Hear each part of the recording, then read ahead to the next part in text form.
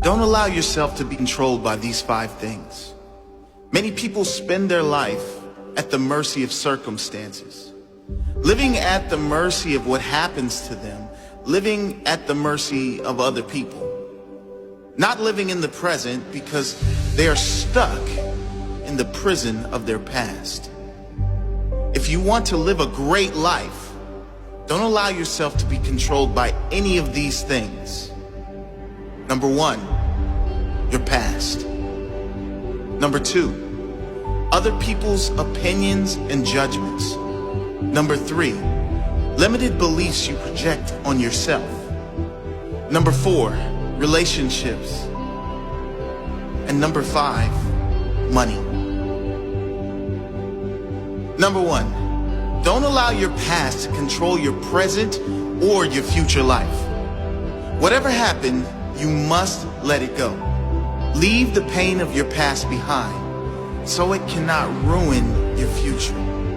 Leave the darkness of your past behind so it cannot block the light of your bright future. Your past is gone. Whatever happened, whether unjust, cruel, harsh, whatever the case, reliving the events will never do you any good. If someone did you wrong, the only way you can win is if you let go and move on. If you live in hate, they win. If you live in the victim story, they win.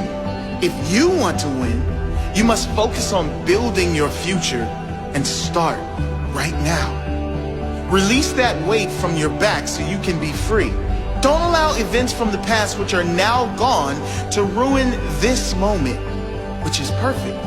This moment, which is now to enjoy, which is ready for you to live fully.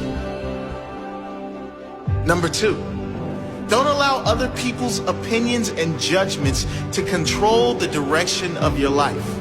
The need to fit in and feel wanted can cause you to travel down paths you don't want to travel. People pleasing is a curse that should be avoided at all costs. Before you do anything, ask yourself, am I doing this because I want to do it, or because of my fear of judgment from others if I don't? You were born unique for a reason. You were born to stand out, to be appreciated and loved for who you are. Don't dim your light so you fit into the dull background of other people's lives. Shine bright as you are.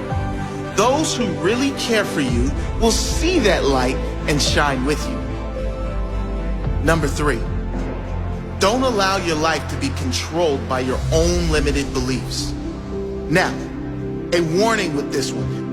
These beliefs may be conscious, but more than likely, they're unconscious. They may be unconscious limitations that have been conditioned in you from a young age and throughout your entire life by listening to those around you who never reach for their own dream. Notice your own limited beliefs and tell them to shut up. There is nothing you cannot do, nothing you cannot have, and no one you cannot become if you believe in yourself. If you believe anything is possible, guess what? Anything is possible. When you change your belief from limited to unlimited, your potential is unlimited.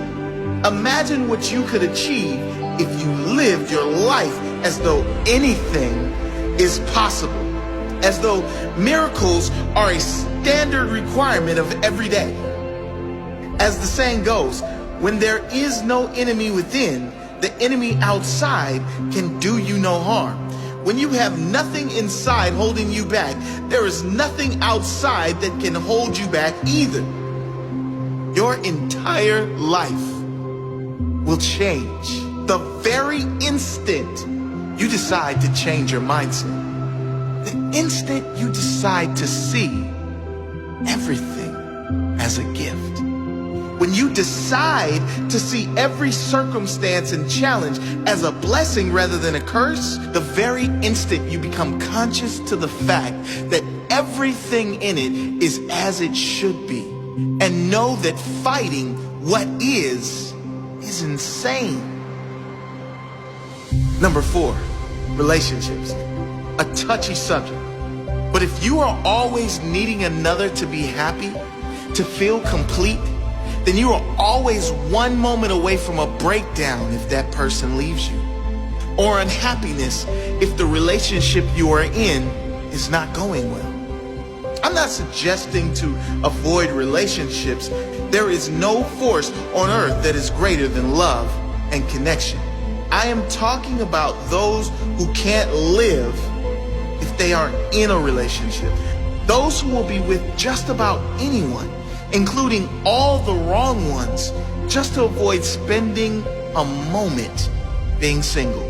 What I am saying is to develop enough mental strength that you get to the point where you don't need others to make you happy.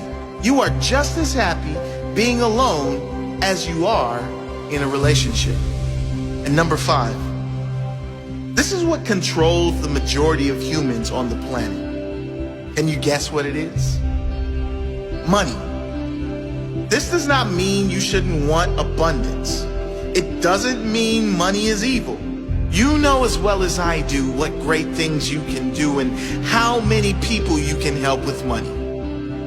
What this means is, do not allow your decisions to be controlled by money. If you are choosing something only on the factor of how much money is involved, you've just made the wrong decision. What you will find is that when you follow your heart and you lead with your intention to serve others, to give your best to others every single time, when you follow your intuition and truly give your soul, then the money will come. And it will come in far greater amounts than if you simply chase money for the sake of chasing money. So challenge yourself to live the life you want to live, free from being controlled by anything. Find your freedom.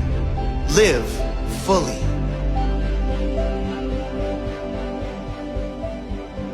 know what's really tough? Loving people for who they are. Not who we want them to be. Not who we think they can be. But loving them exactly as they are today. It's tough because we have our own expectations by which we measure others. We focus so much on whether the other person is meeting our standards that we forget to love them for being uniquely flawed and evolving, just like ourselves. Perhaps at a different pace, in a different place. But when we actually succeed, when we love someone for who they are, we see how quickly they transform into the greatest, most inspired version of themselves. You see, the truth is that we don't know a thing about the silent battles fought by those we admire. Battles that are perhaps compensated by the very bravado we respect. We do not see the pain hidden behind their smile. We don't see the suffering and loss they've endured. But more importantly, we do not know what wisdom is hidden in the hearts of those who go unnoticed. Recognizing this humanizes our role models, flattens our egos, and gives us reason to treat every person with compassion and kindness. The most broken people have taught me more about life than some teachers ever could. They taught me hope. Now, one of my favorite things to do is give that hope to others. To understand their fears and assure them that their dreams are much more powerful than their demons. To dissolve their insecurities and remind them that they don't have to have it all figured out in order to move forward. These things are my favorite, not because I have more to share than anyone else, but because it is so often that I myself need to hear the words I speak. By offering hope to others, I develop hope for myself. See, the reality is that no matter how insightful someone may seem, they are equally clueless. Enlightenment begins here, with the sobering reminder that there are no masters in life, only helpers. So be a helper, inspire someone, empower their soul. Awakening to this journey is the treasure. It is the only treasure. Because cemeteries are not just where we bury those who have passed, but also where we entomb the treasures of our future. Think for a moment of all the untapped wisdom and love. Think of all the books that will never be written, hugs that will never be given, and dreams that will never come to light. In this light, the cemetery is the most valuable place on earth, for it is here where our regrets come to rest. Think of this when that voice in your head says you're not good enough, or convinces you to start tomorrow instead of today. Think of this when you're holding a grudge. Think of how fortunate you are to have another day to share your gifts with the world. If for no other reason, think of this, be humbled by this, before you do the things you wish. I assure you, if you think as often as you should, you'll never postpone another day. So think, and spend every ounce of your life in the passionate pursuit of that which moves your soul. Let your treasure be known.